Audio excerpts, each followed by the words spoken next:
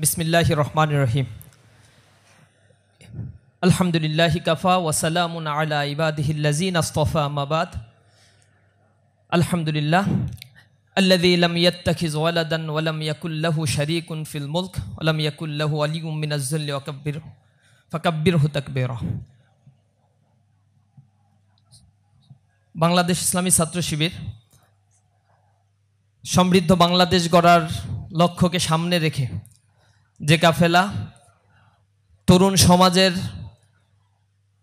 অহংকার হিসেবে বাংলার এই জমিনে 1977 সাল পরবর্তী কাজ করে যাচ্ছে, বাংলাদেশ ইসলামী ছাত্র শিবির চট্টগ্রাম বিশ্ববিদ্যালয় শাখার উদ্যোগে আয়োজিত আজকের প্রথম বর্ষের শিক্ষার্থীদের নিয়ে ফ্রেশার্স রিসিপশন এবং ক্যারিয়ার কাউন্সেলিং প্রোগ্রামের সম্মানিত সভাপতি, আজকের প্রোগ্রামের সম্মানিত অতিথিবৃন্দ, একান্ত প্রিয় শিক্ষার্থী বন্ধুরা, আসসালামু আলাইকুম রহমতুল্লাহি ওয়া বারাকাতুহু। আল্লাহ রাব্বুল আলামিনের দরবারে লাখো কোটি শুকরিয়া আদায় করছি। দীর্ঘদিন পরে আল্লাহ রাব্বুল আলামিন আমাদেরকে এমন আয়োজন আপনাদেরকে সাথে নিয়ে করার তৌফিক দান করেছেন। ফ্যাসিবাদ মুক্ত নতুন স্বাধীন একটি বাংলাদেশে মুক্ত স্বরে আমাদের নিজেদের কথাগুলো আমরা আপনাদের সামনে উপস্থাপন করতে পারছি, সেজন্য মহান মুনিবের দরবারে লাখো কোটি শুকরিয়া আদায় করছি।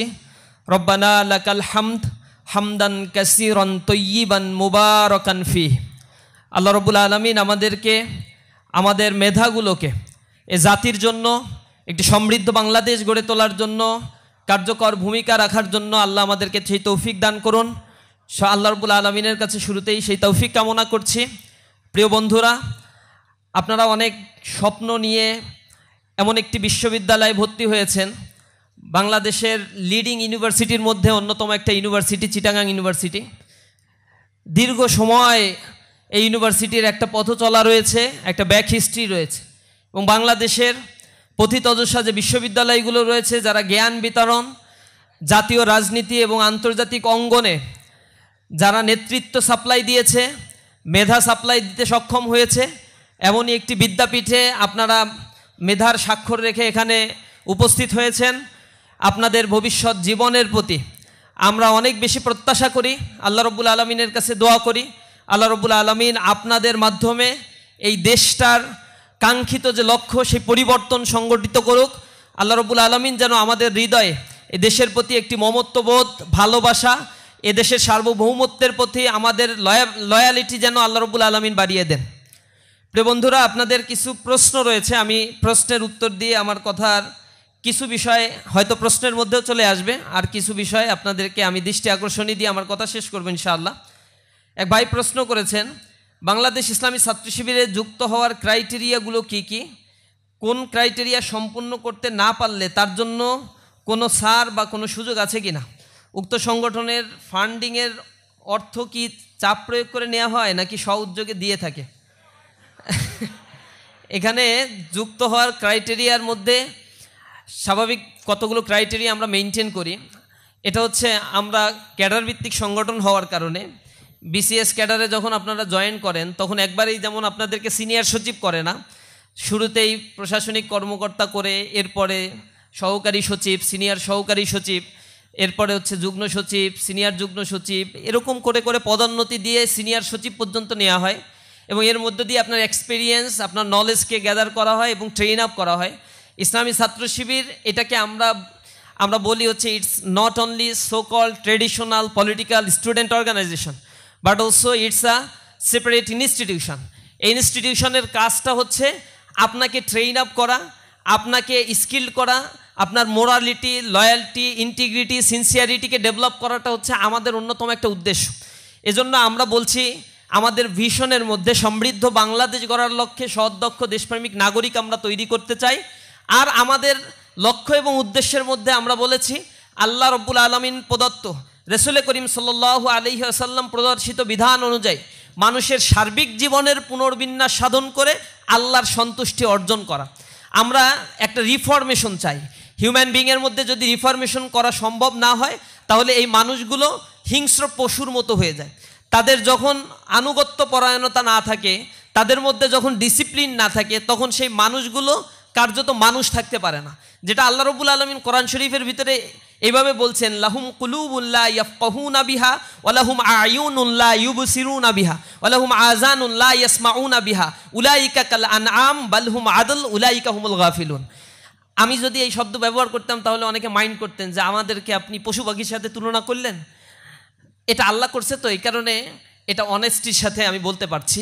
আল্লাহ রাব্বুল আলামিন কতগুলো ক্রাইটেরিয়া দিয়ে বলছেন যে মানুষ হতে পারে এই ক্রাইটেরিয়াগুলো ফিল আপ করলে।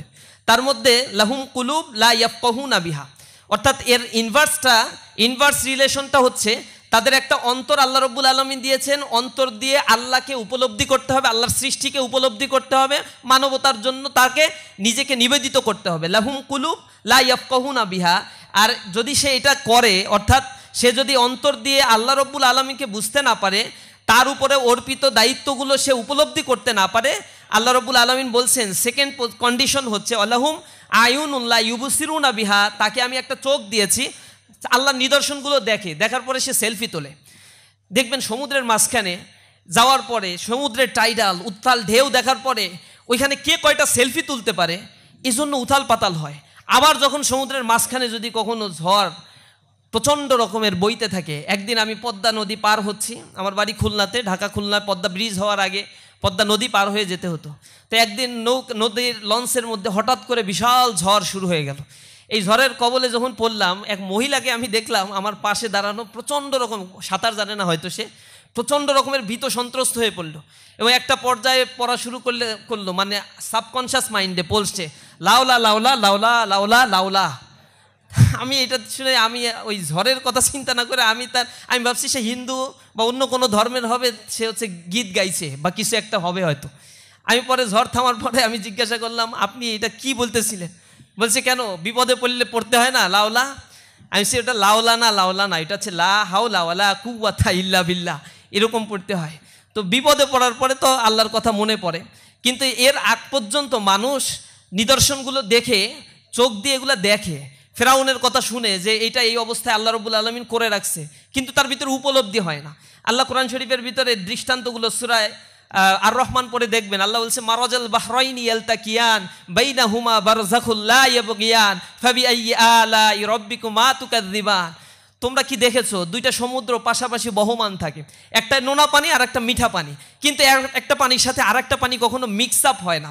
এরপরেও তোমরা তোমার রবের কোন কোন বিষয়গুলোকে অস্বীকার করবা? এরকম নানা ধরনের এক্সাম্পল আল্লাহ রাব্বুল আলামিন বলছেন। সূরা আদিয়ার মধ্যে পড়ে দেখবেন, সূরা ওয়াকিয়া পড়ে দেখবেন, আল্লাহ আল আদিয়াতি দাবহান ফাল মুরিয়াতি কদহান ফাল মুগীরাতি সুবহা ফাআসারনা বিহি নাকআন ফাওয়াসাতনা বিহি জামআ ইন্নাল ইনসানা লিরাব্বিহি লাকানুদ। আল্লাহ সেখানে ঘোড়ার জীবনচক্র বর্ণনা করছেন, সূরা নমলের মধ্যে মৌমাছির জীবনচক্র বর্ণনা করছেন। এবং এগুলো যখন বর্ণনা করেন তখন কাফেররা টিটকারি করে বলতো, আল্লাহ রাব্বুল আলামিনের খেয়ে দিয়ে কাজ নাই মুহাম্মদ সাল্লাল্লাহু আলাইহি সাল্লামের উপরে? এমন যন্ত্র পাখির কথাগুলো বলে, যে জিনিসগুলো ছোট ছোট প্রাণীর কথা বলে, কেন বিশাল বিশাল প্রাণীর কথা বলতে পারে না আল্লাহ? তখন আল্লাহ আবার উত্তর দিচ্ছেন, ইন্নাল্লাহা লা ইস্তাহি আইয়াযরিবা মাসালাম মা বাউদাতান ফামা ফাওকাহা। আল্লাহ রাব্বুল আলামিন ছোট ছোট প্রাণীর দৃষ্টান্ত দিতে লজ্জাবোধ করেন না, এগুলো তোমাদের জন্য শিক্ষা, কিন্তু গোমরা যারা তারা এর থেকে শিক্ষা গ্রহণ করতে চায় না। আল্লাহ রাব্বুল আলামিন সূরা আদিয়ার মধ্যে তার জীবনচক্র বলছেন যে একটা ঘোড়া খুব ভোরে প্রাতরাশে তার মুনিব যখন তাকে নিয়ে বের হয়, সে দাঁড়িয়ে থাকে, বসে বসেও ঘুমায় না, দাঁড়িয়ে দাঁড়িয়ে ঘুমায়, কখন তাকে অর্ডার করা হয়। এরপরে খুব সকালবেলা সে যখন বের হয়, তার খুরের আঘাতে, পাথরের সাথে যখন আঘাত লেগে অগ্নিস্ফুলিঙ্গ ছড়ায়, এরপরেও সে ছড়তে থাকে। একটা পর্যায়ে যখন তার জীবনের একেবারে শেষ প্রান্তে চলে আসে, এরপরেও সে নিবৃত হয় না সেখান থেকে। যখন একটা পর্যায়ে গিয়ে কহ কহ শব্দটা বলে, তখন তার মনিব ধরে নেয় এই ঘোড়া আর বাঁচবে না, সাথে সাথে মাটিতে লুটিয়ে পড়ে সে শেষ হয়ে যায়। জীবনের শেষ মুহূর্ত পর্যন্ত সে লয়াল থাকে। আল্লাহ রাব্বুল আলামিন সেই দৃষ্টান্ত টেনে নিয়ে মানুষকে বলছেন, ইন্নাল ইনসানা লিরাব্বিহি লাকানুদ। নিঃসন্দেহে মানুষ তার রবের প্রতি বড়ই অকৃতজ্ঞ। তাকে আমি এত দৃষ্টান্ত উপমা তার সামনে নিয়ে এসেছি, কিন্তু সেগুলো থেকে শিক্ষা গ্রহণ করে না, সে শুধু সেলফি তোলে। আমি বিদেশের বিভিন্ন জায়গায় গিয়ে দেখি বড় বড় পাহাড়ে, মালয়েশিয়াতে গেলাম একবার, যে বিশাল পাহাড় 600-700 ফিট উপরে কেবল কারে উঠাচ্ছে। তো পাহাড় যে আল্লাহর একটা নিদর্শন, আল্লাহ রাব্বুল আলামিন কোরআনে বলছেন, আমি পাহাড়গুলোকে পেরেক হিসেবে গেড়ে দিয়েছি, না হলে জমিনে তোমরা বসবাস করতে পারতা না। এখানে ছবি তুলতে তুলতে অবস্থা খুব খারাপ, সেলফি স্টিক, এই এই জিনিসটা আমাদের মধ্যে গেঁথে আছে। আল্লাহ রাব্বুল আলামিন বলছেন আল্লাহুম আয়ুনুন লা ইউবসিরুনা বিহা, তোমাদের দুইটা চোখ দিছি, চোখ দিয়ে আল্লাহর নিদর্শন দেখে তোমার কি করতে হবে এটা তোমরা বুঝতে পারো না। আল্লাহুম আযানুন লা ইয়াসমাউনা বিহা, তোমাদের দুইটা কর্ণ দিয়েছি, কিন্তু এক কান দিয়ে ভালো কথা বলার পরে শোনো, আর এক কান দিয়ে বের করে দাও। এখান থেকে শিবির আজকে অনেক কথা বলবে, যাওয়ার পরে বলবে it's a political programme, political organisation, so এইগুলা শোনার কোনো প্রয়োজন নাই। কিন্তু আমরা যা বলি সেগুলো কোরআন থেকে যতক্ষণ বলবো ততক্ষণ তোমাকে শুনতে হবে। আল্লাহ রাসূল বলছে ইন্না আসদাকাল হাদিসি কিতাবুল্লাহ ওয়া আহসানাল হাদিউ মুহাম্মাদিন সাল্লাল্লাহু আলাইহি ওয়াসাল্লাম। যখন কোরআন থেকে কথা বলা হয় এটা আল্লাহ রাসূল বলছে সবচেয়ে সত্য কথা এটা, আর আমি মুহাম্মদ সাল্লাল্লাহু আলাইহি ওয়াসাল্লামের কথা যখন বলা হবে এর চাইতে উত্তম কথা আর হইতে পারে না। সুতরাং এই কথা দিয়ে যতক্ষণ পর্যন্ত তোমাদেরকে নিদর্শন বলে বলে বোঝানো হবে ততক্ষণ পর্যন্ত এটাকে তোমরা যদি পলিটিসাইজ করতে চাও বলতে পারো। ইসলাম পলিটিক্সের বাইরের কিছু না। ইসলাম রাষ্ট্র ক্ষমতার কথা বলে, ইসলাম হোল সোসাইটি দখলের কথা বলে, ইসলাম বলে তার নর্মস এবং ভ্যালুসকে এস্টাবলিশ করছে একেবারে রাষ্ট্র পর্যায় পর্যন্ত। সুতরাং এই জিনিসগুলো যতই বলা হোক না কেন আমাদের মাথার ভিতরে এটা নিতে হবে। আমরা এই জিনিসগুলো আত্মস্থ করতে আসলে সম্পূর্ণরূপে ব্যর্থ হয়ে যাই। আমাদের অন্তর আছে, এটা উপলব্ধি করতে পারি না। আল্লাহ রাব্বুল আলামিন বলছেন উলাইকা কাল আনআম, এরা হচ্ছে চতুষ্পদ জন্তু জানোয়ারের মতো, বালহুম আদল, বরং কিছু কিছু ক্ষেত্রে যখন তারা এইগুলো মানতে চায় না এর চাইতেও তারা নিকৃষ্ট হয়ে পড়ে। উলাইকা হুমুল গাফিলুন, এরা হচ্ছে নিজেদের থেকে নিজেরা উদাসীন হয়ে পড়ছে। এটা মানুষের জন্য বলা হয়েছে, বাংলাদেশের মানুষের জন্য না, বা পার্টিকুলারলি চিটাগাং ইউনিভার্সিটির জন্য এটা বলা হয় নাই। এটা আল্লাহ রাব্বুল আলামিন সব ম্যানকাইন্ডকে ইনভাইট করে বলেছেন যে হ্যাঁ তোমরা এই ক্রাইটেরিয়া ফিল আপ না করলে তোমরা কিন্তু গোমরাহির মধ্যে আসো। তো আমরা জানি মানুষ হিসেবে জন্মগ্রহণ করলেই সে ন্যাচারালি কিন্তু প্রোডাক্ট হিসেবে ভালো একটা প্রোডাক্ট হিসেবে তৈরি হয় না। সবচেয়ে পৃথিবীতে দুর্বল একটা প্রাণী হচ্ছে মানুষ। আল্লাহ বলছেন খুলিকাল ইনসানা দঈফা, আমি মানুষকে সবচেয়ে দুর্বল করে সৃষ্টি করে দিয়েছি। এখন এমন দুর্বল বাঘের মতো সে গর্জন করতে পারে না, এরপরে সে পানিতে মাছের মতো ঘন্টার পর ঘন্টা যুগের পর যুগ অবস্থান করতে পারে না, বাদরের মতো এক গাছ থেকে আর এক গাছে লাফালাফি করে তার জীবনযাপন সে করতে পারে না, সে মানে সাপের মতো বিষধর না, সে কোনো প্রাণীর সাথে তার মিল হয় না। অথচ সব প্রাণী তার অনুগত্য, বিমা ইয়ানফাউ বিহান্নাস, তার অধীনস্থ আল্লাহ রাব্বুল আলামিন করে দিয়েছে। কিন্তু এই মানুষটাকে আল্লাহ রাব্বুল আলামিন যে সৃষ্টি করে আশরাফুল মাখলুকাত করে দিলেন, অথচ তিনি হচ্ছেন সবচেয়ে দুর্বল প্রকৃতির। একটা সামান্য মশা তার মৃত্যুর কারণ হয়, একটা ভাইরাস যা সে কখনোই চোখে দেখে না, অথচ সেই করোনা ভাইরাস যা দেখতে মাইক্রোস্কোপ যন্ত্রের প্রয়োজন হয়, সেই করোনা ভাইরাসের কারণে কোটি কোটি মানুষ মৃত্যুবরণ করে। এত দুর্বল একটা ক্রাইটেরিয়া দিয়ে এই মানুষকে আল্লাহ রাব্বুল আলামিন তৈরি করে দিয়েছে। কিন্তু মানুষ হয়ে উঠতে পারে না। এই মানুষকে আবার তৈরি করার জন্য দুনিয়াতে স্কুল লাগে, কলেজ লাগে।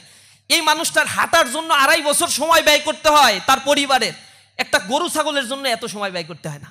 দেখেন একটা ছাগল তার মায়ের পেট থেকে বের হওয়ার পরে 2টা লাফ দেবে, এরপরে সে হাঁটা শুরু করে দিবে।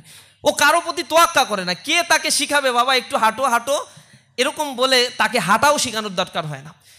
প্রাণীগুলো জন্মগ্রহণ করছে, তার কোনো হাইজিন মেনটেন করতে হচ্ছে না, কিছু নাই, এমনি চলছে পৃথিবীর সব কিছু। তার জন্য কোনো হসপিটাল নাই। আমাজন বনে কত প্রাণী আছে, সে জন্মগ্রহণ করে বংশ বিস্তার করছে, অথচ তার জন্য কোনো হসপিটালাইজ সিস্টেম করার কোনো প্রয়োজন হয় না। আর এই মানুষের জন্য সর্দি জ্বর কাশি সব কিছু লেগে থাকে, হসপিটালের পর হসপিটাল। তার পোশাক প্রয়োজন হয়, তার বেঁচে থাকার জন্য সুষম খাদ্যের প্রয়োজন হয়, একমুখী খাদ্য খেলে সে আবার অসুস্থ হয়ে পড়ে। এত দুর্বল করে আল্লাহ রাব্বুল আলামিন তৈরি করেছে। এই মানুষকে মানুষ হয়ে উঠতে তার সঠিক শিক্ষার প্রয়োজন হয়, সঠিক একটা এনভায়রনমেন্টের প্রয়োজন হয়, তার ট্রেনিংয়ের প্রয়োজন হয়, তার গেস্টার পোস্টার কথা বলার সিস্টেম, তার সব বিষয়গুলো তাকে ট্রেন আপ দিয়ে শিখাতে হয়। এটা এমনি এমনি কেউ শিখতে পারে না। এজন্য ইসলামী ছাত্র শিবির বলছে এই শিক্ষাটা হতে হবে ঐশী শিক্ষা। যিনি আমাকে সৃষ্টি করেছেন তিনি আমার ব্যাপারে সবচেয়ে ভালো জানেন। আচ্ছা দেখেন আপনার বাবা মা আপনাকে কত বেশি পছন্দ করে। Can you imagine? আপনার মা আপনি যখন অসুস্থ হন, আমার মা আমি যখন অসুস্থ হই, সামান্য জ্বর হইলো, রাত 2টা 3টার সময় ফোন দিয়ে বাবা খাইছো কিনা, ঘুমাইছো কিনা, তুমি কি করতেছো, মাথা ব্যথা করছে কিনা, ওষুধ খাইছো কিনা, ডাক্তারের কাছে গেছো কিনা, পাশে কে আছে তাকে একটু ফোন দাও।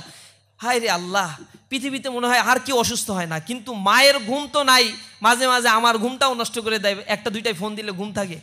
কিন্তু দূরে থাকলে তার একটা অন্যরকম একটা বিষয়, হয়তো সারা রাত কাঁদছে, হয়তো যায় নামাজে বসে আছে, হয়তো চোখের পানি ফেলছে। যতই বলি আমাকে দেখার অনেক লোক আছে আশেপাশে, সমস্যা নাই, ডাক্তার আছে, কোনো সমস্যা নাই, কিন্তু মায়ের মন এটা মানে না। তো যে মা আমাকে সৃষ্টি করে নাই, আমাকে শুধু জন্ম দিয়েছে, পেটের মধ্যে রাখছে, আল্লাহ রব্বুল আলামিন ওই পেটের মধ্যে সব মেকানিজম করে আপনাকে তৈরি করেছে। কোথা থেকে তৈরি করেছে? মিন নুতফাতিন আমশাজ, ছোট্ট একটা রক্ত, শুক্র রক্তবিন্দু থেকে, নাপাক রক্তবিন্দু, যা শরীর থেকে নির্গত হলে গোসল ফরজ হয়, এমন একটা শুক্র রক্তবিন্দু থেকে আপনাকে আল্লাহ রব্বুল আলামিন সৃষ্টি করছেন। এরপরে আল্লাহ রব্বুল আলামিন বলছেন একটা রক্ত, একটা পানি, সেখান থেকে আল্লাহ রব্বুল আলামিন ফাকিসাউনাল ইজাম লাহমা, একটা গোস্তের টুকরায় আল্লাহ রব্বুল আলামিন পরিণত করেন। ওইটাকে আল্লাহ রব্বুল আলামিন আবার হাড় বানান, হাড়ের উপরে আবার গোস্ত দিয়ে ঢেকে দেন, এটাকে আবার আকৃতি করে দেন। সুম্মা আনশানাহু খালকান আখর ফাতাবারাকাল্লাহু আহসানুল খালিকিন। কত চমৎকার সেই সত্তা, যিনি এত কারুকার্য করে এই সৃষ্টিটাকে তৈরি করে দিলেন। পেটের মধ্যে থাকতে আপনার খাবার কি? আপনার কোনো অ্যাসাইনমেন্ট লিখতে হয়, কোনো স্মারকলিপি লিখে আল্লাহর কাছে দাবি জানাইতে হয় যে আল্লাহ আমারে দয়া করে একটা চোখ দিও, টেরা বানায়ও না, আল্লাহ চুল ভালো করে দিও, কৃষক আলো যেন হয়। আল্লাহ রব্বুল আলামিন নাভিটা যেখানে আছে ওই জায়গা থেকে একটু উপরে বা নিচে দিয়ে দিলে কেমন লাগে, একটু পরীক্ষা নিরীক্ষা করে দেখো তো। আল্লাহ কিডনি তো 2টা দিছো, আমার মনে হয় আর একটা রিজার্ভে থাকলে ভালো হয়। এসব আবেদন করার কোনো স্কোপ আপনার আছে? আপনি আল্লাহর কাছে কিছুই বলেন না, কিছু আপনার মাও হয়তো বলে না এত কিছু, কিন্তু আল্লাহ রব্বুল আলামিন আপনাকে সুস্থ শরীরে পেটের মধ্যে কি মেকানিজম দিয়ে তৈরি করে, এখানে কারও কোনো ক্ষমতা নাই। আপনার খাবার কি? রক্তের মাধ্যমে আপনার মা যা খায় সেগুলো প্রসেস করে নাভির মাধ্যমে আল্লাহ রব্বুল আলামিন আপনাকে খাওয়াচ্ছে এবং আপনাকে একটা সুঠামো দেহ তৈরি করে মায়ের পেটের মধ্যে সংরক্ষিত জায়গায় আল্লাহ রব্বুল আলামিন সংরক্ষণ করে রাখছে এবং ফেরেশতা দিয়ে আল্লাহ রব্বুল আলামিন রক্ষণাবেক্ষণ করেন। কারণ রাতে যখন আপনার মা ঘুমায় তখন উপুড় হয়ে ঘুমালে ওই সন্তান তো চাপ লেগে মারা যাওয়ার কথা, কিন্তু মারা তো যায় না। অথচ মানুষ যখন ঘুমায় এটাকে বলা হয় একটা মৃত্যু। আপনারা একটা দোয়া পড়েন না যারা মুসলমান, ঘুমানোর সময় কি দোয়া পড়েন? আল্লাহুম্মা বিইসমিকা আমুতু ওয়া আহইয়া। আমুতু মানে আমি মরতে যাচ্ছি, আমাকে জীবিত করে দিও, মানে হচ্ছে মৃত্যু। ঘুমটা হচ্ছে খণ্ডকালীন একটা মৃত্যু। এই মৃত্যুবরণ করার পরে মানুষের হিতাহিত জ্ঞান থাকার কথা না। ওই মা যখন ঘুমায় উপুড় হয়ে ঘুমালে সেই সন্তান তো চাপা লেগে মারা যাওয়ার কথা। তার রক্ষণাবেক্ষণের দায়িত্ব কে পালন করে থাকে? আল্লাহ রব্বুল আলামিন বলছেন এই দায়িত্বটা তো আমি পালন করি। এরপরে যখন তুমি দুনিয়াতে আসো, তোমারে যদি ঠেসে এরপরে বলা হইতো যে পেটের মধ্যে এতক্ষণ ছিলি, রক্ত খাইছিস, এখনও রক্ত খাবি তুই, ও বাঁচবে কোনো দিন? ওকে দুনিয়ায় আসার পরে কত চমৎকার করে গড়ে তুলতে হয়। আল্লাহ রব্বুল আলামিন সেই মানুষকে খোঁটা দিয়ে বলছেন হাল আতা আলাল ইনসানি হিনুম মিনাদ দাহরি লাম ইয়াকুন শাইআম মাযকুরা। মানুষের জন্য কি কখনোই কোনো সময় এমন ছিল না যখন এই দুনিয়াতে মানুষ আলোচনার কোনো বিষয়বস্তুই ছিল না?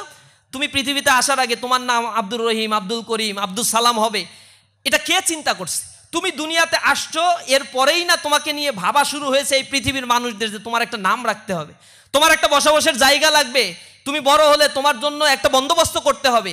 আবার তুমি পৃথিবী থেকে চলে যাবা, চলে যাওয়ার পরে 2 প্রজন্ম পাস্ট হয়ে গেলে তোমার কথাও এই পৃথিবী আর কোনোদিন স্মরণ রাখবে না।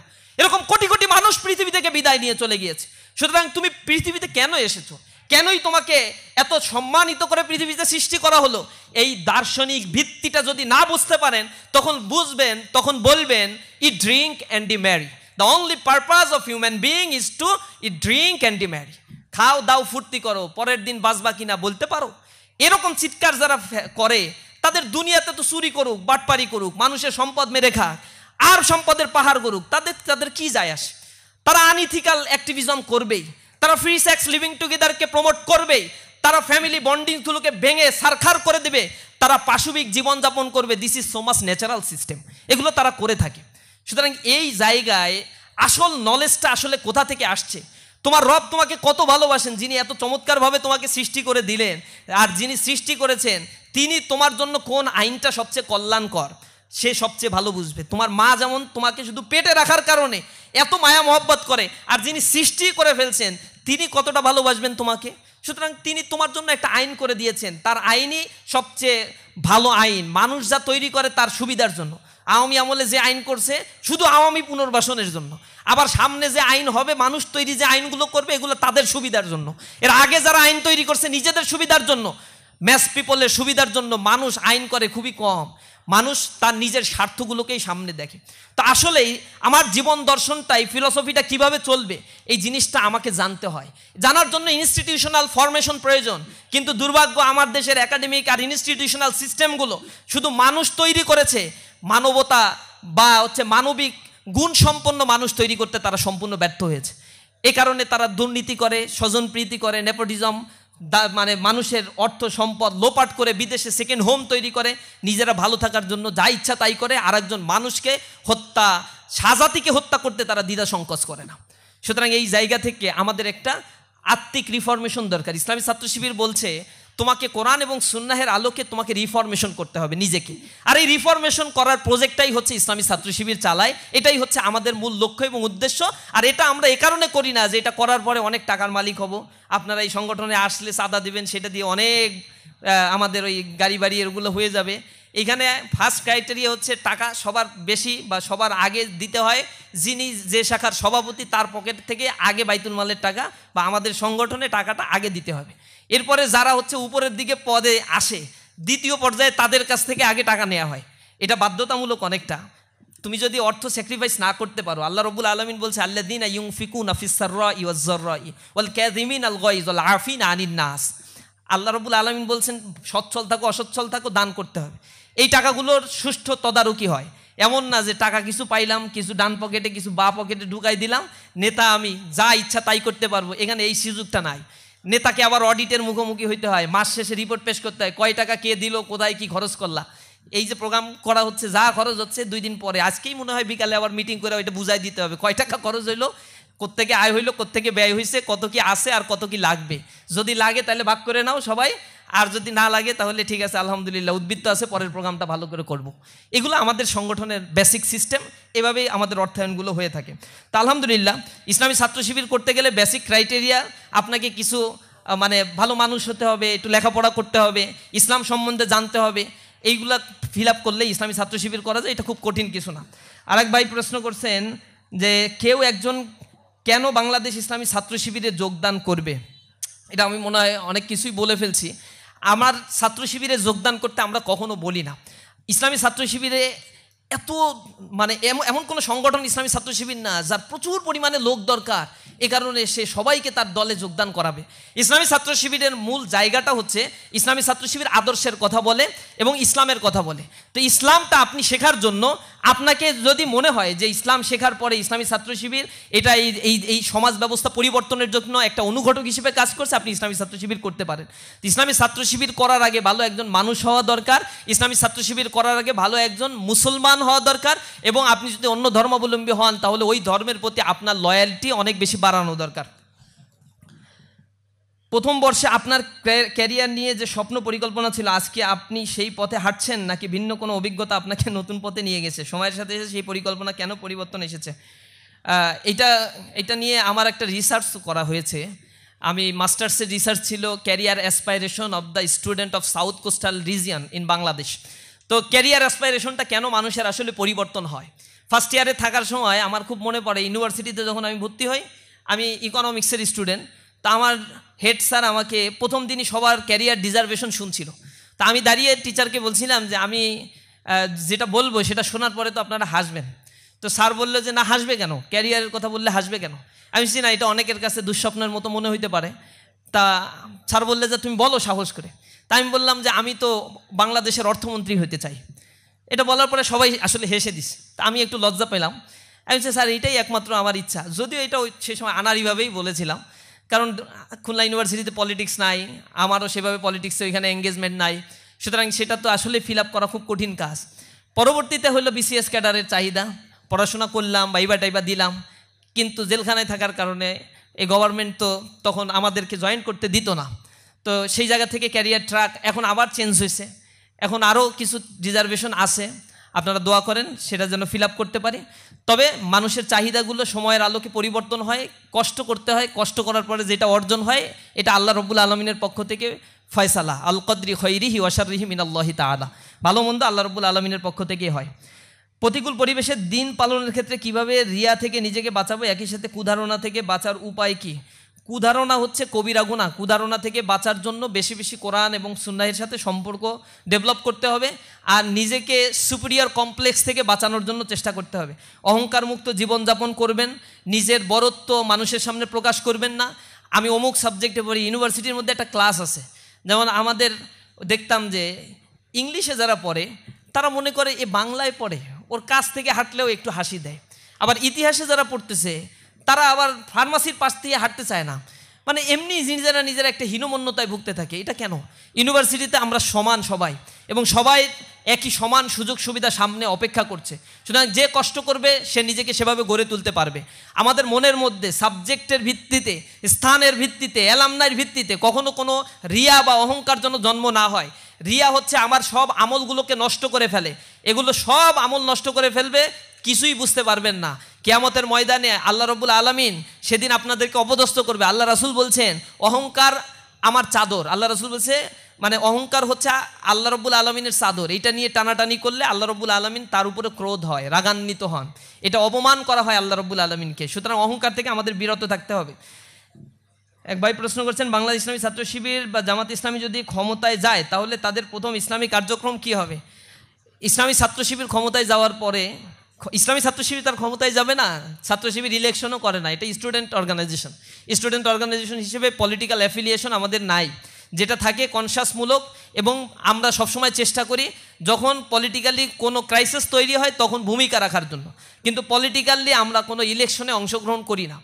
তবে কোনো ইসলামী দল ক্ষমতায় আসার পরে তার প্রথম কাজটাই হবে কল্যাণমুখী একটা রাষ্ট্র প্রতিষ্ঠা করা, যে স্টেট রাসূল করিম সাল্লাল্লাহু আলাইহি সাল্লাম প্রতিষ্ঠা করেছিলেন, মানবিক মর্যাদা সম্পন্ন স্টেট প্রতিষ্ঠা করা। এখানে একটা ফোবিয়া আছে। একটা হচ্ছে আমাদেরকে সোশ্যাল মিডিয়ায় এবং পশ্চিমারা আমাদের যেই জিনিসটা বুঝিয়েছে, এতদিন বুঝিয়েছে যে যদি জামাত ক্ষমতায় যায় বা কোনো ইসলামী দল ক্ষমতায় যায় তাহলে শরিয়া আইন বাস্তবায়ন করবে তারা। শরিয়া আইন কি? ওই হাত কেটে দাও, মেয়েদের বোরকা পরাবে জোর করে, এরপরে লেখাপড়া করতে যেতে দেবে না। একদিন আমি এক দলের প্রধান মহিলা, তার সাথে একদিন কথা বলতে বলতে একটা পর্যায়ে সে আমাকে বলছে, সে অনেক মানে জ্ঞানী মানুষ, প্রচুর পড়াশোনা করে, প্রোফাইলও ভালো।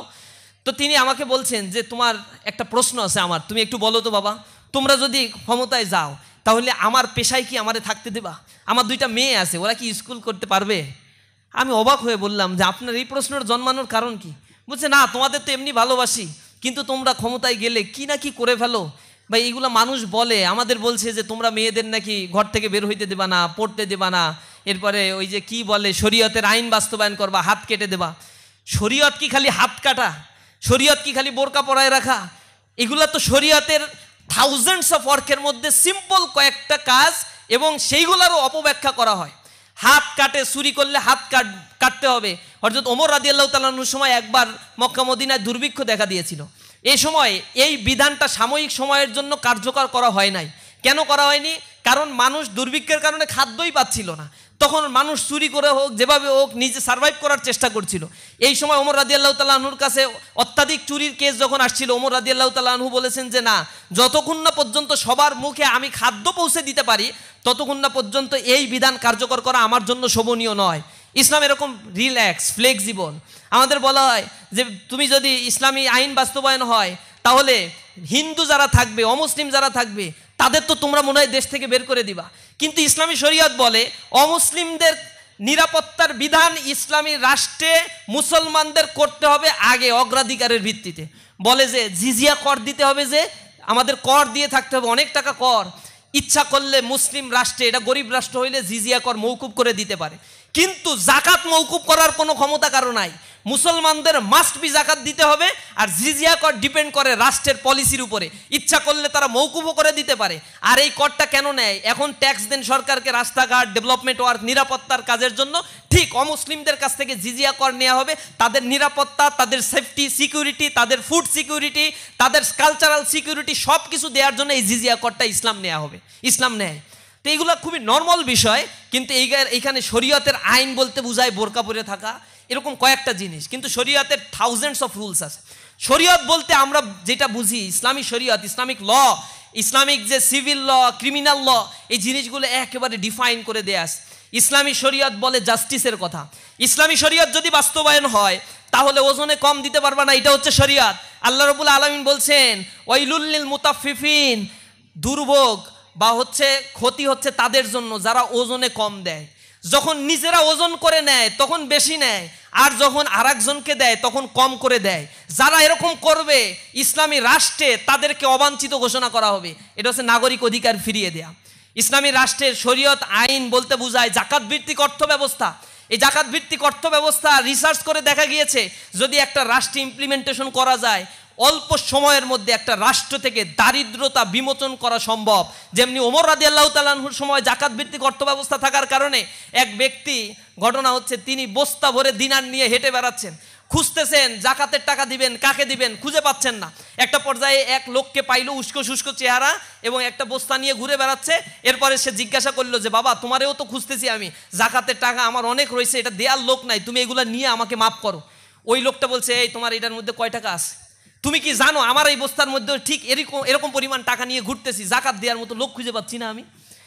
রাষ্ট্রীয় কোষাগার খুলে রাখছে যে জাকাতের অর্থ যার প্রয়োজন এখানে এসে তোমরা চাহিদা দিয়ে নিয়ে নিতে পারো, কিন্তু জাকাতের অর্থ নেওয়ার মতো লোক নাই। ওমর রাদিয়াল্লাহু তাআলা আনহুর খেলাফতের সময় এই ঘটনা, তিনি বলেছেন যে ফোরাতের তীরে যদি একটা কুকুরও অভুক্ত অবস্থায় থাকে কিয়ামতের ময়দানে আমি ওমর সেদিন আল্লাহর কাছে দায়বদ্ধ থাকবো। ওমর রাদিয়াল্লাহু তাআলা আনহু রাজপ্রাসাদ করেন নাই, মসজিদে নববীতে শুয়ে শুয়ে জীবন কাটাতেন। এই হচ্ছে ইসলামী শরিয়ত।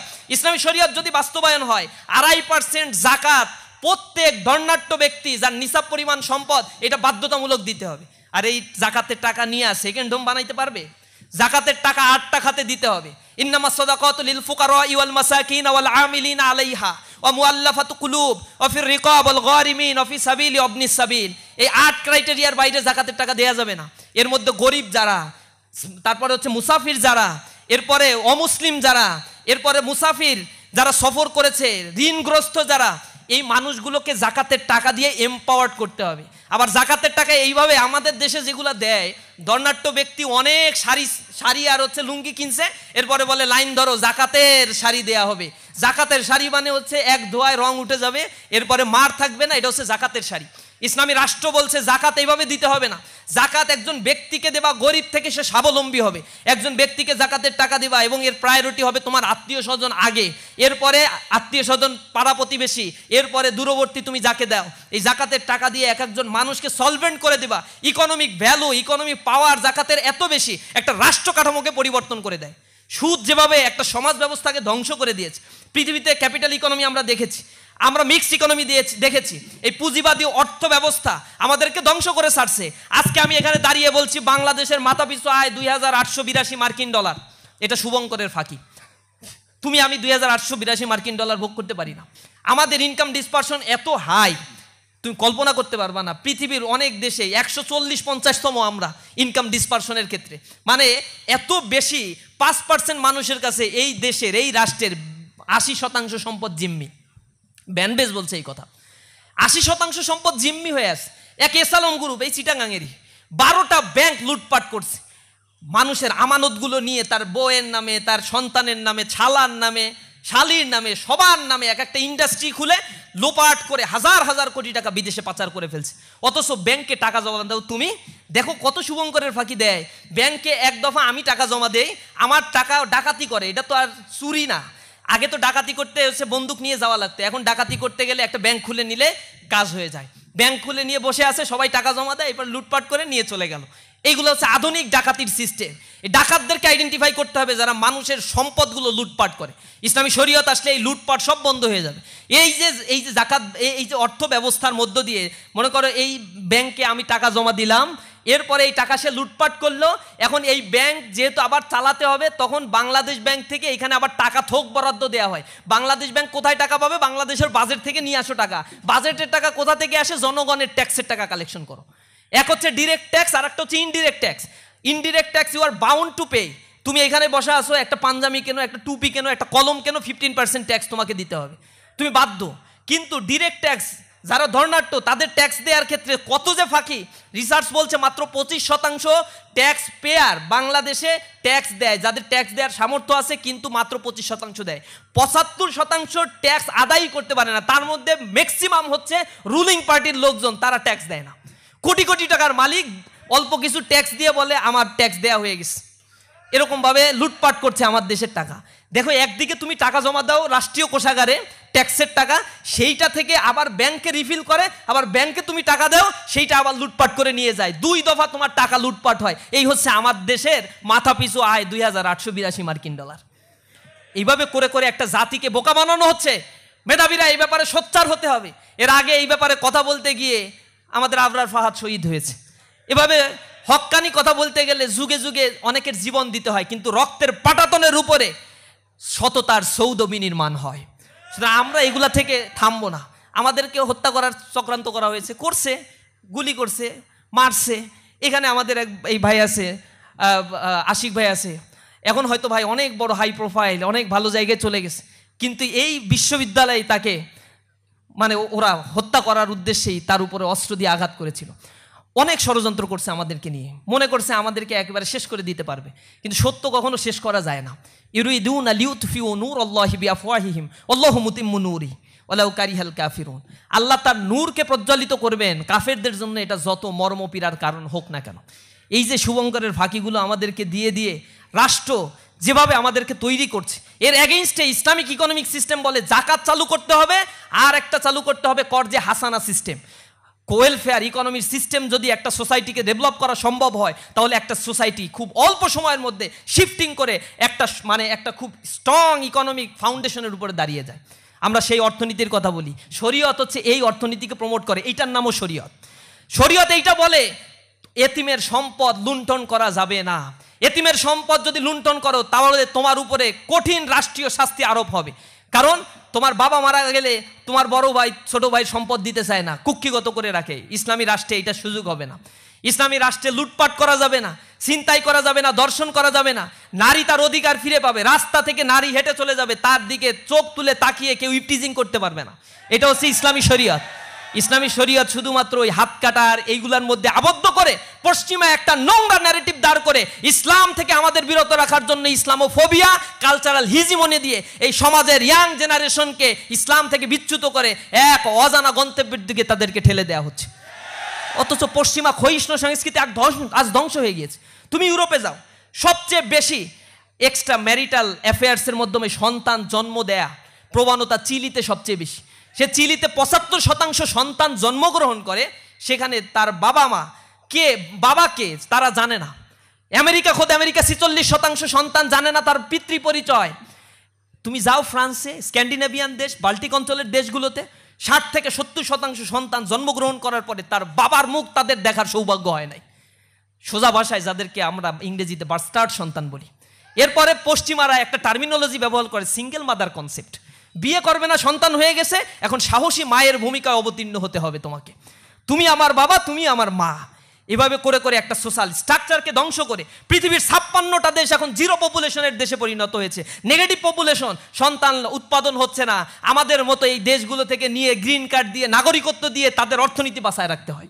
কোনো মুসলিম দেশে তুমি পাবা না এগুলা। দর্শনের রেট সেই দেশগুলোতে মাত্রাতিরিক্ত ছাড়িয়ে গিয়েছে। 18 বছর বয়স হলে বাবা তার সন্তানকে বলতে পারবে না এটা অনৈতিক কাজ করিস না, তাহলে বাপকে পুলিশ এসে ধরে নিয়ে চলে যাবে। এমন একটা সোশ্যাল কাঠামো স্ট্রাকচার তারা তৈরি করেছে। সোশ্যাল বন্ডিংস না থাকার কারণে জীবনের একটা পর্যায়ে এসে যখন ছেলে মেয়ে থাকে না, সংসার থাকে না, আত্মীয় স্বজন থাকে না, তখন ট্রমার মধ্যে চলে যায়। আর ইউরোপের দেশগুলোতে এই জায়গা থেকে মুক্তি পাওয়ার জন্য তারা মেডিটেশন সেন্টার তৈরি করেছে। বিলিয়ন বিলিয়ন ডলারের মেডিটেশন সেন্টার তৈরি হয়েছে। মেন্টাল ট্রমা দূর করার জন্য তাদেরকে সাইকোথেরাপি দেয়া হয়। এগুলো তৈরি করছে। আবার আমি জার্মানিতে শুনেছি, জাপানে শুনেছি সুইসাইডাল স্কোয়াডস। তুমি মরতে চাও তাহলে ওইখানে গিয়ে মরতে পারো। বিদেশে এক দেশের শুনলাম যে স্বেচ্ছায় মৃত্যুকে পারমিশন দেওয়া হয়েছে আইন করে। বাঁচতেই চায় না দুনিয়ায়, তাহলে তোরা এত বড় বড় বিল্ডিং হাঁকাইলি কেন? কেন শত শত বুর্জ খলিফা হাঁকানোর পরে আর এই পৃথিবীতে তোমাদের বাঁচতে ইচ্ছা করে না? কেন তোমরা বলো আমাদের western philosophy, western cultural system, it's the so much modern system in the world. এরপরে তোমাদের কেন এই মডার্ন ওয়ার্ল্ডে বাঁচতে ইচ্ছা করে না? কেন তোমরা সুইসাইড করে পৃথিবী থেকে বিদায় নিতে পারলেই বেঁচে যাও? ইন্টারনাল বিউটি যেটা মানুষের অন্তরে, সেই জিনিসটা প্রতিস্থাপন করতে তোমরা সম্পূর্ণরূপে ব্যর্থ হয়েছো। কারণ তোমাদের মধ্যে রিলিজিয়াস ভ্যালুস, নর্মসগুলো তোমরা এস্টাবলিশ করতে পারো না। আমাদের এইখানেও ওটিটি প্ল্যাটফর্ম এবং কালচারাল হিজিমনি দিয়ে এই দেশের ছেলে মেয়ের মধ্যে অবাধ মেলামেশা, আমাদের মধ্যে অশ্লীলতার বিস্তার করিয়ে আমাদের এই প্রাচ্যের হৃদ্য পুষ্ট সমৃদ্ধ একটা সাংস্কৃতিক ব্যবস্থাকে ধ্বংস করার এক কনস্পাইরেসি করা হচ্ছে। আমরা এর বিরুদ্ধে অবস্থান নিয়ে আমরা সুস্থ সংস্কৃতির কথা বলি, আমরা সামাজিক একটা সুন্দর কাঠামোর কথা বলি, আমরা এমন একটা সোসাইটির স্বপ্ন দেখি যেখানে মানবিক মূল্যবোধ থাকবে, বাবা মায়ের প্রতি শ্রদ্ধাবোধ থাকবে। বয়স হয়ে গেলে বাবা মা বৃদ্ধাশ্রমে গিয়ে মৃত্যুবরণ করবে না, বৃদ্ধাশ্রমে দিনাতিপাত করবে, তার সন্তানকে দেখার সৌভাগ্য হবে না শেষ নিঃশ্বাস ত্যাগের সময়। এরকম একটা সোসাইটি আমরা ডিজার্ভ করি না। আমরা বিশ্বাস করি যে মা আমাকে জন্ম দিয়েছেন, সে মা আমার কাছে আমাকে অনেক বেশি ঋণী করেছেন, সেই মায়ের প্রতি আমার দায়বদ্ধতা রয়েছে। আমি বিশ্বাস করি যে বাবা তার ঘাম ঝরানো অর্থ দিয়ে, ঘাম ঝরানো পরিশ্রম দিয়ে আমাকে বড় করে তুলেছে, তার বৃদ্ধ বয়সে আমি তাকে দেখভাল করব, আমি তার সহায়ক হয়ে যাব। এই সমাজ ব্যবস্থাটা আমরা ডিজার্ভ করি। আমার সোসাইটি এই সমাজ ব্যবস্থা যাতে আমাকে না দেয়া লাগে, এই জন্য আমাকে কালচারাল এবং এডুকেশনাল সিস্টেম এমনভাবে তৈরি করে দিয়েছে, আমার দেশেও এখন বৃদ্ধাশ্রমের পরিমাণ ডে বাই ডে বৃদ্ধি পাচ্ছে। এই জিনিসগুলো আমরা ঘৃণাভরে প্রত্যাখ্যান করি। আমরা একটি সুন্দর সমাজ গড়ার জন্য মানুষকে আহ্বান জানাই। প্রিয় ভাইরা, এক ভাই প্রশ্ন করছেন, বাংলাদেশ ইসলামী ছাত্র শিবির সমস্ত কর্মকাণ্ড আয়োজনগুলো আমার খুব ভালো লাগে, কিন্তু এই সঠিকভাবে সম্পূর্ণ করতে অর্থের প্রয়োজন হয়। অর্থের বিষয়টা আমরা বলছি। আমাদের অর্থের আয়ের সোর্স হচ্ছে, আমাদের সংবিধানে বলা আছে, এক হচ্ছে আমাদের শুভাকাঙ্ক্ষীদের আয়, অর্থাৎ ইসলামী ছাত্র শিবির 48 বছর ধরে প্রতিষ্ঠা লগ্ন থেকে যত ভাইদের বিদায় দিয়েছে, আনপ্রোডাক্টিভ জিনিস তো আর ছাত্র শিবির বিদায় দেয় না। ছাত্র শিবির যা বিদায় দেয় তা যথাযথ মানুষ বিদায় দেয়। গাঁজাখোর, সিগারেটখোর, অ্যাডিক্টেড এরকম মানুষ বিদায় দেয় না। আমরা দেখি যে সংসারে 10টা ছেলে মেয়ে, ও হচ্ছে সর্বশেষ, এসে আমাদেরকে বলে ভাই আমার ঘরের পরিবারের হাল ধরতে হবে। আমি বলি তোমার 9 ভাই কি করে? বলে ভাই এগুলা তো ওরকমভাবে ইসলাম শেখে নাই, গড়ে ওঠে নাই, আমাকে তো শিখাইছেন, মায়ের প্রতি আমার লায়াবিলিটি আছে, বাবা মাকে আমার দেখতে হবে। চোখ থেকে পানি পড়ে যায়। আহারে, এই সমাজ ব্যবস্থা তাদেরকে টাকা দিল কিন্তু আসল ফিলোসফিটা বুঝাইতে পারলো না। তা আমরা ইসলামী ছাত্র শিবির যে মানুষগুলোকে তৈরি করি, এই মানুষগুলো এই ছাত্র শিবির থেকে যা নেয়, সবাই শুধু দেয় ছাত্র শিবির থেকে, মানে এখানে আসার পরে সব কিছু ত্যাগ করে এই সংগঠনটা তাকে করতে হয়, টাকা দিতে হয়, সময় দিতে হয়, নিজেকে তৈরি করতে হয়।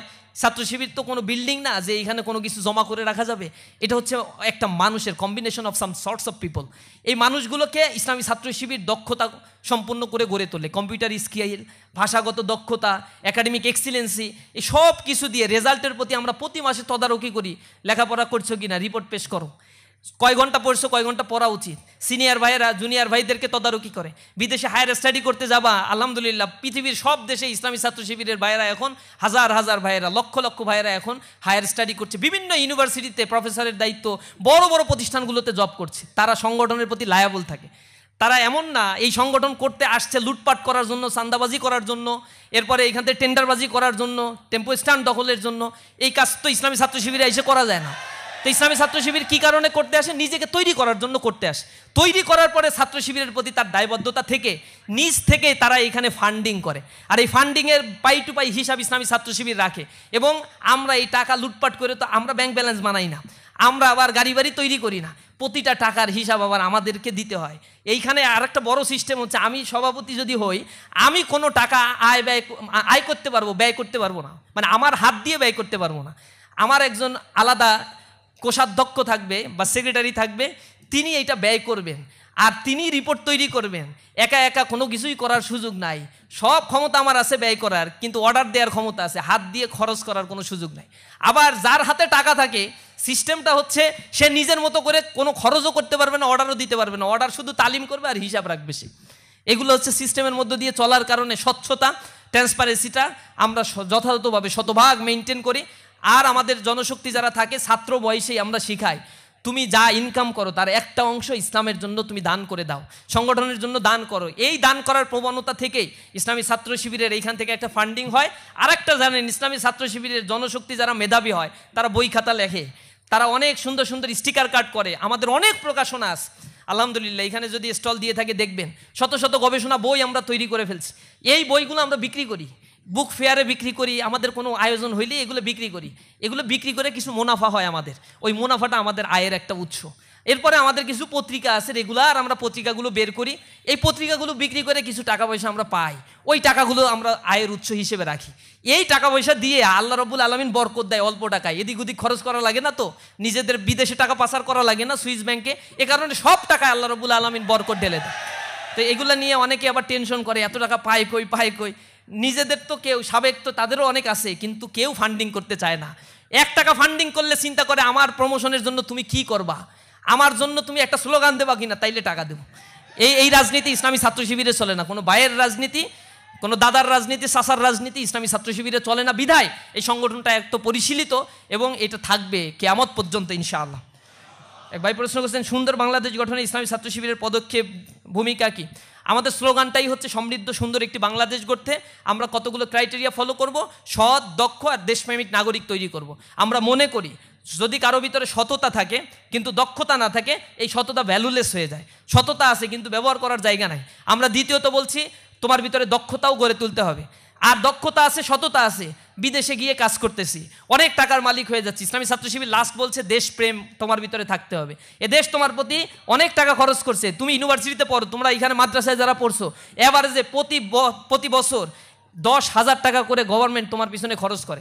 তুমি স্কুলে পড়াশোনা করলে 25,000 টাকা করে এভারেজে গভর্নমেন্ট তোমার পিছনে খরচ করে। আর তুমি যদি ক্যাডেট কলেজে পড়ে থাকো, এভারেজে 1,35,000 টাকা করে পার ইয়ার তোমার পিছনে গভর্নমেন্ট খরচ করে থাকে। মাদ্রাসার ছাত্ররা একটু বৈষম্যের শিকার, এর বিরুদ্ধে কথা বলতে হবে। মাদ্রাসা যারা আছে কথা বলতে হবে। এই রাষ্ট্র আমার সমান অধিকার নিশ্চিত করতে 100% ব্যর্থ হয়েছে। শুধু মুখে মুখে বুলি আউলাইলেই হবে না। এ রাষ্ট্রের সংবিধান আমাকে যে রাইটস দিয়েছে, সেই রাইটস আমাকে বুঝিয়ে দিতে হবে, এবং বুঝে নেওয়ার প্রজন্মটাই হচ্ছে জেনারেশন জেন জেড। এই প্রজন্ম তাদের অধিকার বুঝে নেবে ইনশাআল্লাহ। সুতরাং এই রাষ্ট্র আমার জন্য যে খরচগুলো করে, এটা আমার লায়াবিলিটি তো রাষ্ট্রের প্রতি থাকতে হবে। আমরা সেই দেশপ্রেম গড়ে তুলি, এবং স্বাধীনতার পরে এই বাংলাদেশকে নিয়ে যদি কোনো ভাবনা করা কোনো রাষ্ট্র ইসলামী দল থাকে, ইসলামী ছাত্র সংগঠন থাকে, সেটা হচ্ছে ইসলামী ছাত্র শিবির। ইসলামী ছাত্র শিবির যে কার্যক্রমগুলো করেছে অ্যানালাইসিস করে দেখবেন, লোপাটের রাজনীতি ইসলামী ছাত্র শিবির করে না। এমন মানুষ তৈরি করেছে, যে জায়গায় এই মানুষগুলো গিয়েছে সেখানেই দক্ষতার পরিচয় দিয়েছে, দেশপ্রেমের পরিচয় দিয়েছে। বিগত ফ্যাসিস্ট আমলে আমাদেরকে প্রমাণ করার জন্য কি করতো, মেসে মেসে অভিযান চালিয়ে প্যান্ট পরায়ে বলতো যে টাকলুর উপরে প্যান্ট আছে কিনা, যদি থাকতো বলতো এটা নিশ্চিত শিবির করে। এরপরে মসজিদে গিয়ে দাঁড়ায় থাকতো, মসজিদে নামাজ পড়তে আসে কে কে, খোঁচা খোঁচা দাঁড়িয়ে আছে। এরপরে মানে নমনীয় ভাব, মাথা নিচু করে হাঁটে চলে, সালাম দিয়ে কথা বললে শিবির করে। যত ভালো কিছু আছে সব শিবির করে। রিমান্ডে নিয়ে আমাদের জিজ্ঞাসা করছে, তোমরা এই করো করো সেই করো, আমরা বলছি এই ভালো কাজ করলেই কি শিবির? বলছে হ্যাঁ, এগুলাই তোমাদের বৈশিষ্ট্য, আমরা জানি। যত ভালো তার সাথে শিবির, এগুলো একটা ট্যাগ দিয়ে আমাদেরকে এরকম বানায় ফেলছে। বলে ও ঘুষ খায় না, তাহলে শিবির করতে, ওর চাকরি থেকে বরখাস্ত করতে হবে। ও সুদ খায় না, তাহলে ও চাকরি থেকে বরখাস্ত করতে হবে, ওরে এখানে রাখা যাবে না, ও শিবির। শিবির আতঙ্ক সারা বাংলাদেশে এখন ছড়াই গেছে। এখন অনেকে বলে যে হলে শিবির কমিটি দেয় না কেন? হলে কমিটি দিতে হবে, ঢাকা বিশ্ববিদ্যালয় বলে, অথচ ছাত্ররা হল কমিটি ঢাকা বিশ্ববিদ্যালয়ে চায় না। স্পষ্টভাবে বলছে হল কমিটি না, রাজনীতি আবাসনের জায়গায় হবে না। একটা মেজরিটি পার্সেন্ট 80-90% ছাত্র এটা চায়। প্রশাসন ছাত্রদের মুখোমুখি ছাত্র শিবিরকে দাঁড় করাতে চায়। আমরা বলছি ছাত্র শিবির কখনো ছাত্রদের মুখোমুখি দাঁড়াবে না। যখন ছাত্ররা ফিল করবে পলিটিক্স দরকার, ট্রমাটাইজ একটা সিচুয়েশন থেকে ছাত্ররা এখন উঠেছে। বিগত 15 বছরে রাজনীতি বলতে, ছাত্র রাজনীতি বলতে গণরুম গেস্টরুম কালচার। তারা বুঝেছে রাজনীতি মানেই হচ্ছে দখলদারিত্ব, চাঁদাবাজি, ছিনতাই।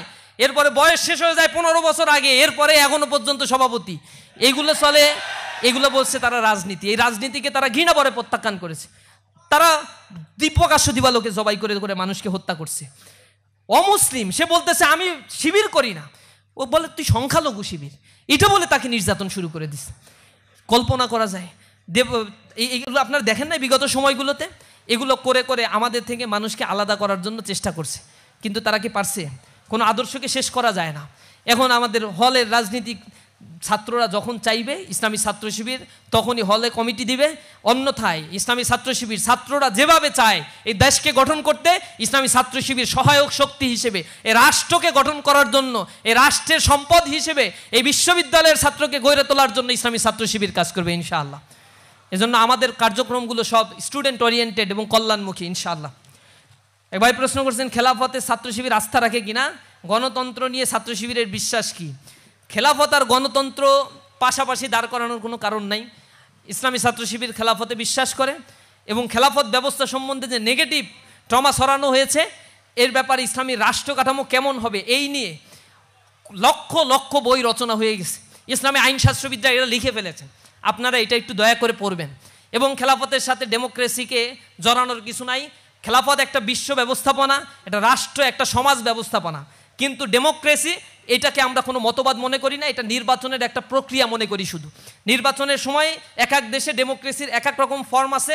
বাংলাদেশে এক ধরনের ফরমেশন, পৃথিবীর 96টা দেশে পিআর সিস্টেমে নির্বাচন হয়।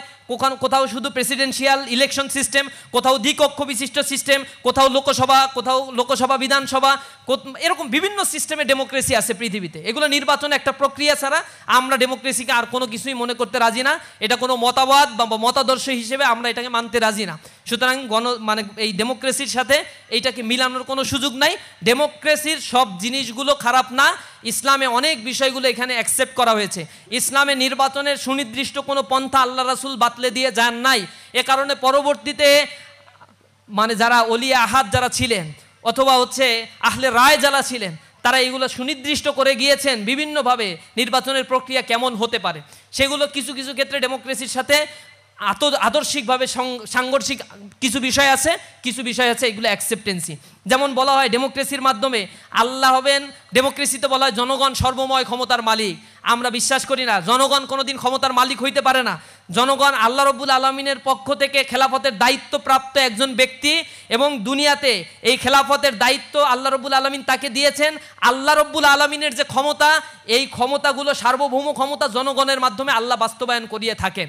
এ কারণে আমরা মনে করি আমরা যদি রাষ্ট্র ক্ষমতায় যাই, ইসলামিস্টরা মনে করে যে রাষ্ট্র ক্ষমতায় গেলে আমরা হব রাষ্ট্রের খাদেম, সেবক, আমরা রাষ্ট্রের মালিক হব না। রাষ্ট্রের মালিক আমরা হয়ে রাষ্ট্র থেকে লুটপাট করব না, রাষ্ট্রের খাদেম হব, জনগণের সেবক হয়ে আমরা কাজ করব। আমাদের অনেক জবাবদিহিতার জায়গা সেখানে থাকতে হবে। আর যারা মনে করে আমরা মানে রাষ্ট্রের মালিক, তারা তো ক্ষমতায় গেলে নিজেদেরকে রাষ্ট্রের বলে না, আমার বাপ স্বাধীন করছে রাষ্ট্র, এটা হচ্ছে আমার বাপের দেশ, ওই বাপের মুল্লুক বানিয়ে নিয়েছে তারা, এবং যা ইচ্ছা তাই করছে এই রাষ্ট্রের মধ্যে। সুতরাং ওই সিনারিও ইসলাম পছন্দ করে না। ইসলামের আহলুল হাল্লি ওয়াল আকদ আর ওলিয়া আহাদের সিস্টেম রয়েছে, মজলিসে শুরার সিস্টেম, এগুলো বিস্তর আলোচনা, এগুলো নিয়ে সেমিনার হলে কোনো দিন হয়তো আপনাদের সাথে আলোচনা করা যাবে। আপনারা ইউনিভার্সিটিতে পড়েন, বিস্তর পড়াশোনা করবেন আপনারা ইনশাআল্লাহ। জুলাই বিপ্লবের পর তো কথা ছিল বিশ্ববিদ্যালয়, স্কুল, কলেজগুলোতে রাজনীতি বন্ধ হবে, কিন্তু এখন পর্যন্ত অর্থাৎ 1 বছরও এটি বন্ধ না হওয়ার কারণ কি, এবং রাজনীতি ক্যাম্পাসগুলোতে আসলে প্রয়োজন আছে কি না? শিবির কিভাবে লেজুর ভিত্তি ছাত্র সংগঠন না? দেখেন, লেজুর ভিত্তি বলতে আসলে কি বোঝায় এর কোনো সংজ্ঞায়ন, ডেফিনেশন কারো কাছে নাই। আমরা লেজুর ভিত্তিক রাজনীতি বলতে যেটা বুঝি, মাদার পার্টির পারপাস সার্ভ করা যাবে না ক্যাম্পাসগুলোতে। যেমন অমুক ভাইয়ের শাহাদাত, মানে ওই যে দেশে প্রত্যাবর্তন দিবস, অমুকের মানে মৃত্যুবার্ষিকী, তাই আমার ক্যাম্পাসে পোস্টারের পর পোস্টার করে জোরপূর্বক কাউকে নিয়ে এসে আলোচনা সবাই থাকতে হবে, এই কালচার আমরা অ্যাবলিশ করে দিতে চাই। ক্যাম্পাসগুলোতে হবে ছাত্রবান্ধব কার্যক্রম, এরপরে মাদার পার্টির বড় প্রোগ্রাম হবে, সেখান থেকে জোরপূর্বক সব ছাত্রদেরকে নিয়ে যাওয়া হবে হল থেকে ভর্তি করে মিছিলে স্লোগান দেওয়ার জন্য। এইটা আমরা বিশ্বাস করতে চাই না। ক্যাম্পাসে ছাত্ররা ক্যাম্পাস পলিটিক্স করবে, ক্যাম্পাসে ছাত্ররা ছাত্রদের অধিকার আদায় নিয়ে কাজ করবে। আমরা মনে করি ক্যাম্পাসের রাজনীতি অবশ্যই থাকা উচিত, কারণ রাজনীতি না থাকলে জাতীয় পর্যায়ে নেতৃত্ব থেকে এই রাষ্ট্র বঞ্চিত হবে। আর আমরা আরও বিশ্বাস করি প্রতিটা বিশ্ববিদ্যালয়ে ছাত্র ইউনিয়ন চালু থাকা উচিত, কারণ ছাত্র ইউনিয়ন চালু থাকলে জাতীয় নেতৃত্ব, ছাত্ররা নিজেদের মধ্য থেকে সবচেয়ে কোয়ালিফাইড লিডারশিপ তারা গ্রো আপ করতে পারে, ন্যাশনাল লিডারশিপের ক্ষেত্রে, ন্যাশনাল পলিটিক্সের ক্ষেত্রে যারা কন্ট্রিবিউশন রাখতে পারবে। সুতরাং পলিটিক্স বা পলিসি মেকিংয়ের ক্ষেত্রে অবশ্যই অবশ্যই আমাদেরকে ইউনিভার্সিটির ক্ষেত্রে সজাগ থাকা উচিত। এই যে ডিপলিটিসাইজ সিস্টেমগুলো কখনোই ভালো কিছু বয়ে আনে না, কারণ আপনি রাষ্ট্রের অংশ আর রাষ্ট্র চালায় পলিটিক্যাল পার্টিগুলো। সুতরাং পলিটিক্যাল পার্টিতে কারা ইনক্লুড হবে, তারা যদি ছাত্র বয়স থেকে সচেতন না হয়, গড়ে উঠতে না পারে, নিজেকে তৈরি করতে না পারে, তাহলে একটা রাষ্ট্র অনেক বিষয় থেকে বঞ্চিত হয়। এজন্য পলিটিক্স প্রয়োজন আছে। ছাত্র শিবির না থাকলে হয়তো এরকম প্রোগ্রামগুলো বা আরও অনেক অনেক বুদ্ধিভিত্তিক কাজ ইসলামী ছাত্র শিবির করে, এগুলোর থেকে ছাত্র সমাজ অনেক বেশি বঞ্চিত হতো। আর হচ্ছে বিপ্লবের পরে ছাত্র রাজনীতি বন্ধ হওয়ার কথা ছিল, বিভিন্ন ইউনিভার্সিটিতে তারা প্রতিক্রিয়া জানিয়েছে, বন্ধ হয়েছে, আমরা তাদের প্রতি রেসপেক্ট জানাই। আমরা শুরুতেই আগেই বলেছি, একটা ট্রমাটাইজ সিচুয়েশন থেকে ছাত্ররা উদ্ধার পেয়েছে। পলিটিক্সের প্রতি ভালো আকর্ষণ তৈরি করার জন্য সকল ছাত্র সংগঠন করে ভালো কাজগুলো করে দেখাতে হবে। এবং আমরা বলছি রাজনীতির ক্ষেত্র হবে ক্যাম্পাস, আর সেখানে হবে মার্কেট প্লেস অফ ভ্যালুস, অর্থাৎ প্রত্যেকেই প্রত্যেকের আদর্শের কথাগুলো এজেন্ডা নিয়ে কথা বলবে। এমন হবে না আমি এখানে দাঁড়িয়ে 20 মিনিট কথা বললাম, তার 19 মিনিটই বললাম আর একটা দলের গিবত, আর একটা দলের মন্দ চর্চা নিয়ে কথাবার্তা বলা, এটা যেন না হয়। আমার নিজস্ব একটা এজেন্ডা তো থাকবে, আমি আমার এজেন্ডা নিয়ে ছাত্রদের মাঝে কথা বলবো, ছাত্ররা অ্যাকসেপ্ট করবে অথবা রিজেক্ট করে দিবে। অ্যাকসেপ্ট করলে আলহামদুলিল্লাহ তুমি আসো, রিজেক্ট করলে আলহামদুলিল্লাহ তুমি তোমার স্বাধীন চেতা মনোভাব তুমি প্রদর্শন করো। এই জিনিসগুলো আমরা ওয়েল উইশ এবং ওয়েল ইনভাইট করি তাদেরকে। ক্যাম্পাসগুলোতে জোরপূর্বক আর রাজনীতি করতেই হবে, না করলে ধরে নিয়ে যাওয়া, খাবার বন্ধ করে দেওয়া, এরপরে হচ্ছে টর্চার সেল তৈরি করে তাদেরকে টর্চার করা, এই রাজনীতি 5 আগস্টের পরে এগুলোর কবর রচনা হয়ে গেছে। এগুলো আবার পুনরাবৃত্তি যদি কেউ করতে চায় তাদের দশা একই হবে। তো একজন তো দিল্লি গিয়ে পালিয়ে জায়গা পাইছে, আর অন্যদের তো আবার অন্য জায়গায় যাওয়ারও অনেক জায়গা থাকবে না। এজন্য সতর্ক হইতে হবে, সেটা আমরা বা অন্য কেউ যেই করুক না কেন, চোখে চোখ রেখে কেউ অন্যায় করলে দেখিয়ে দিবেন। ইসলামী ছাত্র শিবির করছে এই জন্য বলা যাবে না, এনাই বেনাই বলতে হবে না। ইসলামী ছাত্র শিবির ওপেন সব কিছুর ক্ষেত্রে। বিশ্ববিদ্যালয়কে বলবেন, বিশ্ববিদ্যালয় না শুনলে কেন্দ্রের কাছে মেইল করার অবারিত সুযোগ আছে। আমরা বলি পরামর্শ দাও, অভিযোগ থাকলে অভিযোগ দাও, আমরা ব্যবস্থা নিব। ইসলামী ছাত্র শিবির তার জনশক্তিদেরকে তৈরি করে আদর্শিকভাবে। আমরা বিশ্বাস করি একটা সমাজ ব্যবস্থা আদর্শের ভিত্তির উপরে গড়ে উঠলে সেই সমাজ ব্যবস্থাটা টিকে যায়। ইনশাআল্লাহ আমরা সেই সমাজ ব্যবস্থা গড়ে তুলতে পারবো। সর্বোপরি আপনাদের জন্য আল্লাহ রাব্বুল আলামিনের কাছে দোয়া করি, আপনাদের চমৎকার একটি ভবিষ্যৎ, চমৎকার একটি জার্নি যে বিশ্ববিদ্যালয় আপনারা শুরু করেছেন, এইটা হচ্ছে বিশ্ববিদ্যালয় ইউনিভার্সাল একটা জায়গা, ইউনিভার্সাল এক্সপেরিয়েন্স আপনারা এখানে গ্যাদার করতে পারবেন। ফার্স্ট ইয়ারে আপনারা ভর্তি হয়েছেন, এইখান থেকেই নিজেদের ভালো একটা রেজাল্ট করার জন্য কম্পিটিশন করেন। বন্ধু বান্ধবদের মধ্যে একটা প্রবণতা, আমি জানি না চিটাগাং ইউনিভার্সিটিতে আছে কিনা, আমিও প্রায় 3-4টে বিশ্ববিদ্যালয়ে পড়ার সুযোগ হয়েছে। সেই বিশ্ববিদ্যালয়ে 3টা বিশ্ববিদ্যালয়ে পড়ছি, সেখানে দেখছি যে ফার্স্ট ইয়ারে ছাত্র ভর্তি হওয়ার পরে চিন্তা করে আমি মানে নোট করব, আর কাউরে দেবো না, আমি ফার্স্ট হব, কারণ ফার্স্ট হলে ইউনিভার্সিটি টিচার হওয়া যায়। এরপরে সিনিয়রদের সাথে খুব ভালো সম্পর্ক করে নোটপাতি নিয়ে আসে, আর একজনকে বলে না। ফার্স্ট ইয়ারের ফার্স্ট টার্ম যাওয়ার পরে যখন দেখে রেজাল্ট পিছনের দিকে, তখন আস্তে আস্তে ওপেন মাইন্ডেড হওয়ার চেষ্টা করে। এর আগ পর্যন্ত সবাই আসলে ফার্স্ট ক্লাস ফার্স্ট হইতে চায়, এটা দোষের কিছু না। First year first term, first year second term খুবই ক্রুশিয়াল। এখানে ভালো রেজাল্ট করলে বাকি 3 বছর অটোমেটিক্যালি ভালো রেজাল্ট হয়ে যায় আপনাদের। এ কারণে এই সময়টাতে র্যাক দিয়ে ডেকে নিয়ে যাচ্ছে, এরপরে খেলার মাঠে নিয়ে গিয়ে ওই আমাদের ওই যে কিটস বহন করাইতো, এগুলো থেকে বিরত থাকবেন দয়া করে। খেলাধুলা, এরপরে র্যাগের নামে, র্যাগটাকে এগুলো তো এখন আর বাংলাদেশে না, এগুলো সাস্টেইন করে না, উঠে গেছে। সময়কে ব্যয় করবেন না। ফার্স্ট ইয়ারের ছাত্ররা প্রচুর পড়াশোনা করবেন, ফার্স্ট ইয়ারটা রেস্ট ইয়ার হিসেবে কাটাবেন না, সেকেন্ড ইয়ার ডোন্ট কেয়ার বলে কাটাবেন না। তাহলে এমন হবে যে অনার্স শেষ হয়ে যাবে কিন্তু 4-5টা সাবজেক্ট এখনও বাকি আছে, এই কারণে অনার্স শেষ হয়নি, অলরেডি 10 বছর পার হয়ে গেছে। এরকম হলে কিন্তু হল থেকে বের করে দিবে, এরকম হলে কিন্তু বিশ্ববিদ্যালয়ের ছাত্ররা আপনাকে অ্যাকসেপ্ট করবে না। এখানে আদুবাই হওয়ার কোনো সুযোগ নাই, রেগুলার ছাত্র হিসেবে বের হয়ে যেতে হবে। এখন কম্পিটিশন অনেক বেশি। এই বিশ্ববিদ্যালয়ে পাশ করার পরে আপনাকে আবার যদি বিসিএস ক্যাডার হইতে চান 4 বছর আবার পড়াশোনা করতে হবে। আমার দেশের এই যে কী সিস্টেম, আমার মাথায় ঢোকে না। আমি চায়নায় দেখছি সেখানে কর্মমুখী শিক্ষা, কত ছাত্র লাগবে ওই ইন্ডাস্ট্রিতে সেটার একটা আইন করা, এবং তুমি কোন ইউনিভার্সিটি থেকে ছাত্র হায়ার করবা ওই ইন্ডাস্ট্রিকে বলে দেয়া যে ওই ইউনিভার্সিটি থেকে তুমি ছাত্র হায়ার করবা, ওই ইউনিভার্সিটিকে ওই ইন্ডাস্ট্রি ক্রাইটেরিয়া দেয়, এই ক্রাইটেরিয়ায় ছাত্রকে তুমি তৈরি করো, এর মধ্যে থেকে বাছাই করে আমার ইন্ডাস্ট্রিতে, তারপরে আমি নিব তাদেরকে। এইভাবে করে একটা সোসাইটি গড়ে ওঠে। চায়নার কথা এর আগে ওই যে ইব্রাহিম রনি আলোচনার ভিতরে বলছে, চায়না আমি তো সফর করে গিয়ে 10 দিন রাষ্ট্রীয় সফরে আমাকে নিয়ে গেছে, দেখাইছে তাদের ইন্ডাস্ট্রি। গুয়াংজুতে নিয়ে গিয়েছে, তারপরে হচ্ছে বেইজিং শহরে নিয়ে গিয়েছে, এরপরে সাংহাইতে নিয়ে গিয়েছে, সাংহাইয়ের সবচেয়ে বড় যে টলেস্ট টাওয়ার, সেখানে তারা গুয়াংপু, এরপরে হংকং, ম্যাকাও, এই ছোট্ট একটা এরিয়ায় তারা গ্রেটার বে এরিয়া তৈরি করেছে। গ্রেটার বে এরিয়ার এখন ইকোনমিক ভ্যালু হচ্ছে $2.2 ট্রিলিয়ন। ঢাকা সিটির মতো একটা ছোট্ট এরিয়া যার ইকোনমি পৃথিবীর অনেক দেশের অর্থনীতির চাইতে অনেক বড়। এর টার্গেট করেছে আগামী 2-3 বছরের ব্যবধানে এই গ্রেটার বে এরিয়ার ইকোনমিক ভ্যালু হবে $4.4 trillion. Can you imagine? China যখন স্বাধীনতা অর্জন করেছিল, কমিউনিজম বিপ্লব হয়েছিল 1949-এ, এরপর থেকে মাও সেতুংয়ের নেতৃত্বে যে বিপ্লব তারা সংগঠিত করেছিল, সেই বিপ্লব কোলাপস করেছে। ক্যাপিটালিজম সেইখানে সাস্টেইন করতে পারে নাই। মাও সেতুংয়ের সময়ে ভিতরে অনেক বড় একটা ট্রমাটাইজ সিচুয়েশন, সেখানে অনেক মানুষকে হত্যা করা হয়েছিল।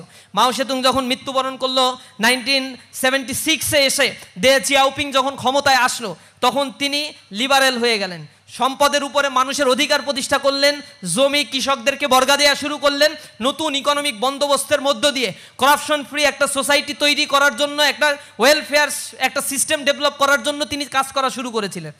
1976 সালে চায়নার ইকোনমি আর বাংলাদেশের ইকোনমি সমান ছিল। আমি সাংহাই রিভারের পাশে গিয়ে তাদের হিস্ট্রি দেখেছি। 1972 সালে সাংহাই রিভারের যে অবস্থা, গুয়াংজু রিভারের যে অবস্থা ছিল, সেই রিভার আর বাংলাদেশের বুড়িগঙ্গা সেম লেভেলের ছিল। কিছু কিছু ক্ষেত্রে বাংলাদেশের বুড়িগঙ্গা আরও ভালো ছিল। আর সেই গুয়াংজু রিভারের পাশে, সাংহাই রিভারের পাশে তারা যে বিশাল দৃষ্টিনন্দন স্থাপনা তারা তৈরি করেছে, আর বাংলাদেশের বুড়িগঙ্গাই আছে। কপাল খারাপ, এদেশে শাসক নাই, কপাল খারাপ এদেশের একটা সুষ্ঠু নির্বাচন পদ্ধতি এদেশের রাজনীতিবিদরা এখনো পর্যন্ত এ তরুণ প্রজন্মের হাতে দিয়ে যেতে সম্পূর্ণ ব্যর্থ হয়েছে। আমরা ধিক্কার জানাই ওই রাজনীতিবিদদের যারা ক্ষমতার পালাবদলের সাথে সাথে এ জাতিকে এক অনিশ্চিত ভবিষ্যতের দিকে ঠেলে দেয়। আমরা ধিক্কার জানাই ওই রাজনীতিবিদদের যারা বিগত হয়েছে আর যারা এখন পরিচালনা করছে। জাতিকে যদি এখনো অন্ধকারের মধ্যে নিমজ্জিত করা হয়, এ দেশ তো উন্নতির দিকে যেতে পারবে না। উন্নতির দিকে যেতে গেলে তার একটা সাস্টেইনেবিলিটি দরকার। সাস্টেইনেবল ডেভেলপমেন্ট ছাড়া একটা জাতি কখনো গড়ে উঠতে পারে না। আজকে চায়না তার অর্থনীতি এত উপরে নিয়ে গিয়েছে, আমেরিকাতে সে ফাইটিং করে, পৃথিবীর এখন লার্জেস্ট ইকোনমি তৈরি করেছে। খোদ আমেরিকায় $238 ট্রিলিয়ন ইনভেস্ট করে রাখছে এই চায়না। বাংলাদেশে প্রজেক্ট নিয়ে আসে, সে বলে যদি আমাকে অনুমতি দাও তাহলে আমি 5 বছরে টোটাল বাংলাদেশ চেঞ্জ করে ফেলবো। মালয়েশিয়ার যে স্থাপনাগুলো অধিকাংশ সব চায়না তৈরি করে দিয়েছে এবং চায়না সেখানে ডেভেলপমেন্ট করে মালয়েশিয়ার মাথাপিছু আয় $40,000 উঠিয়ে দিয়েছে। 140 কোটি মানুষের দেশ চায়না, তাদের মাথাপিছু আয় $13,000। শুরুতে বলছি বাংলাদেশের মতো শুভঙ্করের ফাঁকি না, এখানে গিনি কোএফিসিয়েন্ট খুবই ক্লোজ। সুতরাং সেই জায়গায় তারা যেতে পেরেছে কেন? মালয়েশিয়া কেন পেরেছে? সিঙ্গাপুর কেন পেরেছে? পেরেছে তার তরুণ সমাজকে কাজে লাগিয়েছে। বাংলাদেশ একটা চরম মিস্টেকের দিকে আগাচ্ছে। তোমরা বিশ্ববিদ্যালয়ের ছাত্র, আমার কথা জেনে রাখো, তোমরা যখন কর্মক্ষেত্রে প্রবেশ করবা 5-7 বছর পরে, তখন বাংলাদেশ আস্তে আস্তে আরও অর্থনৈতিক ডিগ্রেডেশনের দিকে যাবে যদি এখনো পর্যন্ত এই বাংলাদেশ সচেতন না হয়। Bangladesh right now demographic dividend সুবিধা ভোগ করছে। এটা শুরু হয়েছে 2006 সালে, আর 6 সাল থেকে এই রাষ্ট্র নিয়ে একটা কনস্পাইরেসি শুরু হয়েছে। What is demographic dividend? একটা নির্ধারিত সময় একটা রাষ্ট্রের যখন কর্মক্ষম জনসংখ্যার পরিমাণ সবচেয়ে বেশি হয়, সেই কর্মক্ষম জনসংখ্যাকে বলা হয় this is demographic dividend situation. বাংলাদেশে 2030 সাল পর্যন্ত এই ডেমোগ্রাফিক ডিভিডেন্ড হবে 70%, অর্থাৎ 70% মানুষ বাংলাদেশে থাকবে কর্মক্ষম। বাংলাদেশে এখন 9% মানুষ আছে যারা ডিপেন্ডেন্ট পিপল, অর্থাৎ এই পিপলগুলো কোনো আয় ইনকাম করে না, বুড়ো হয়ে গেছে কিন্তু ভক্ষণ করছে, রাষ্ট্রের সম্পদ ভোগ করছে। আর একটা জেনারেশন আছে যারা আমরা ইউনিভার্সিটিতে পড়াশোনা করছি, প্রোডাকশন করছি না, কিন্তু আমাদের প্রতি রাষ্ট্র ইনভেস্ট করে আমরা ফিউচারে প্রোডাকশনে যাব। কিন্তু এখন যারা আমাদের দেশে কাজ করে খাচ্ছে 10 বছর পরে তারা তো বৃদ্ধ হয়ে যাবে, এই বৃদ্ধরা হবে ডিপেন্ডেন্ট পিপল। এরকম ডেমোগ্রাফিক ডিভিডেন্ড সুবিধা একটা রাষ্ট্র 100 বছরের মধ্যে মাত্র একবার পায়। আর যখনই তারা এই 15-20 বছরের জন্য এই সুবিধা পায়, বাকি 80 বছরের বন্দোবস্ত সেই রাষ্ট্র করে নেয়। যেটা করেছে সুইডেন, যেটা করেছে জার্মান, যেটা করেছে জাপান, তাদের অ্যান্টি ব্যালাস্টিক ক্ষেপণাস্ত্র নিক্ষেপ করে তাদের ধ্বংস করার পরেও সেই রাষ্ট্র কিভাবে পুনর্গঠিত হয়েছে। ডেমোগ্রাফিক ডিভিডেন্ডের হিসাব করে দেখেন, সিঙ্গাপুরের দিকে তাকিয়ে দেখেন, তাদের আসমান থেকে মান্না সালোয়া নাজিল হয়ে এই রাষ্ট্র কাঠামো গড়ে ওঠে নাই, তাদের গড়ে উঠেছে একটা সুশৃঙ্খলাবদ্ধ একটা সিস্টেমের মধ্য দিয়ে তারা গিয়েছে। মালয়েশিয়াতে ডেমোক্রেসি আছে, ডেভেলপমেন্টও হয়েছে, সব কিছু সমান তালে চলেছে।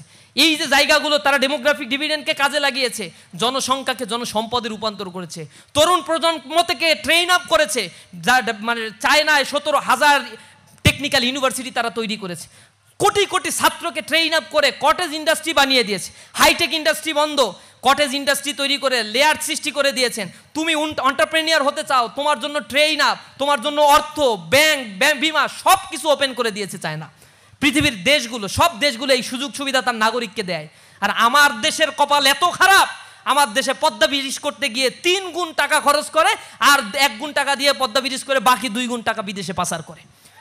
ডেভেলপমেন্টের কথা শুনে আমাদের উন্নয়নের মহাসড়কে উঠাই দিয়ে তলা ফাঁকা করে দিয়ে নিয়ে চলে গেছে সব, এবং দিল্লির পারপাস সার্ভ করছে।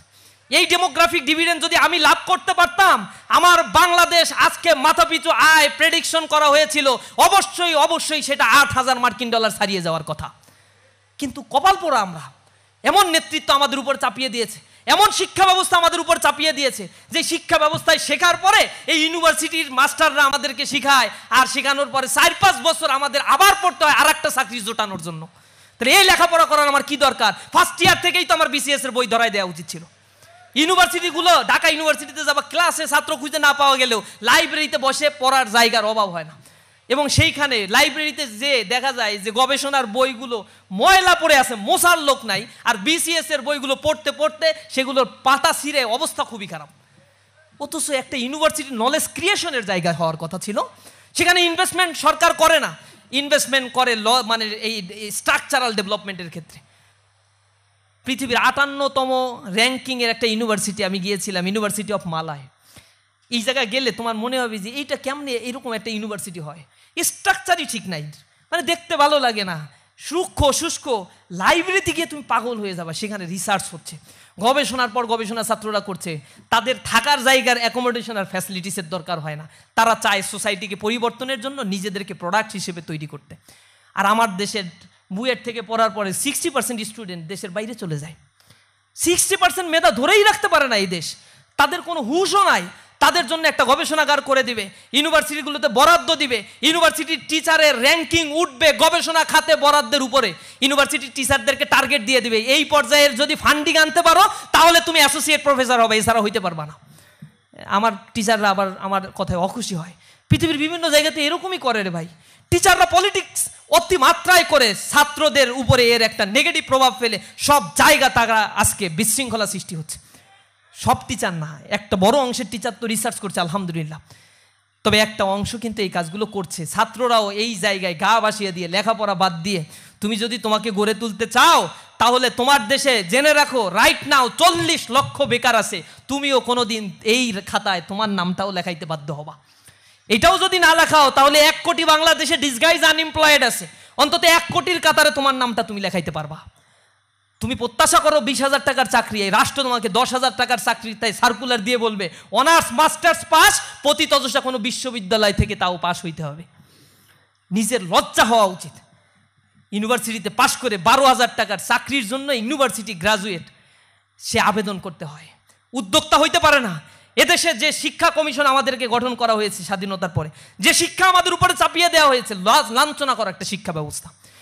এই শিক্ষা ব্যবস্থা সেই ম্যাকলে কমিশন 1843 সালে যে সুপারিশ দিয়েছিল তার আদলে তারা বলেছিল আমরা একটা প্রজন্ম তৈরি করতে চাই, যে প্রজন্ম দেহে মানসিক গড়নে হবে হচ্ছে বাঙালি, আর মনস্তাত্ত্বিকভাবে শিক্ষা দীক্ষায় হবে ব্রিটিশদের দাস। আমরা সেই দাসে পরিণত হয়েছি। আমার বাবা আমি একটা চাকরি করি এটাকে প্রেফার করে, আমি উদ্যোক্তা হই এটাকে প্রেফার করতে চায় না। মনস্তাত্ত্বিকভাবে আমরা এইভাবে তৈরি হয়েছি। এই সিস্টেমকে ভেঙে দিতে না পারলেই রাষ্ট্র গঠিত হবে না। সবাইকে কে চাকরি দেবে? সরকারি চাকরি 1% দিতে পারে না, ভ্যাকুয়াম তৈরি হয় না। অথচ 99% ক্ষেত্রে প্রাইভেট জব সৃষ্টি হচ্ছে, সেইখানের জন্য তোমাকে তৈরি করতে হবে। ফার্স্ট ইয়ার থেকে তোমাদের কাছে অনুরোধ জানাই প্রিয় ভাই, শিবির করার দরকার নাই, শিবির করতেও বলি না, এই নবীন বরণ করে তোমাদের কাছে কিছু অনুরোধ আমরা জানাই, কারণ you are the next generation, you are the future of this society, so build yourself for the future better, for the betterment of this country. আল্লাহর রাস্তায় তোমরা নিজেদেরকে একটু তৈরি করো। তোমরা যদি তৈরি হয়ে যাও, হক কথা বলতে শেখো, নিজেদের দক্ষতাকে কাজে লাগাও, আর যদি করাপশন থেকে নিজেদেরকে বাঁচিয়ে রাখতে পারো তাহলে নিঃসন্দেহে এই রাষ্ট্রটা গঠিত হয়ে যাবে। আর ইসলামী ছাত্র শিবির এই সুন্দর একটা রাষ্ট্র গঠনের স্বপ্ন দেখে। আমরা চিন্তা করি এই রাষ্ট্রের উপরে লাল সবুজের পতাকাকে খামচে ধরে আর কোনো শকুন যেন এখান থেকে আমার স্বাধিকার, আমার সার্বভৌমত্বকে আর যেন কেড়ে নিতে না পারে। এজন্য আত্মপ্রত্যয়, স্বনির্ভরশীল হয়ে দক্ষতা সম্পূর্ণ চোখ কান খোলা একটা প্রজন্ম গড়ে উঠতে হবে, যে প্রজন্ম নিজেকে গড়ে তুলবে, এই রাষ্ট্রের পারপাস সার্ভ করবে, এই দেশটাকে ওন করে বুকে হাত দিয়ে বলবে এই দেশ আমার, এই রাষ্ট্র আমার, এই রাষ্ট্রকে গড়ে তোলার দায়িত্ব আমার, আমি আমার দেশকে ভালোবাসি। এই চেতনাটুকু আমরা যখন নিজেদের মধ্যে জাগ্রত করতে পারবো, কোনো হুঙ্কার আমাদেরকে পিছু টান দিয়ে রাখতে পারবে না। আমরা বিশ্বাস করি উষার দুয়ারে হানি আঘাত, আমরা আনিব রাঙা প্রভাত, আমরা টুটাবো তিমির রাত বাধার বিন্ধ্যাচল। আমরা অন্ধকার বিদূরিত করে দিয়ে আলোর প্রস্ফুটিত মশাল হাতে নিয়ে এ জাতিকে জ্ঞানের আলোকে আলোকিত করে সমাজ ব্যবস্থাকে পাল্টে দিয়ে তাক লাগানো একটা উৎকর্ষতা সাধনের ব্রুতি নিয়ে যেন এই পথ চলাকে আমরা সামনে নিয়ে যেতে পারি, সে আহ্বান জানিয়ে আমার কথা শেষ করছি। হাজা মা ইনদি ওয়া ইলমু ইনদাল্লাহ আলাইহি তাওয়াক্কালতু ওয়া ইলাইহি উনীব। আসসালামু আলাইকুম ওয়া রাহমাতুল্লাহ।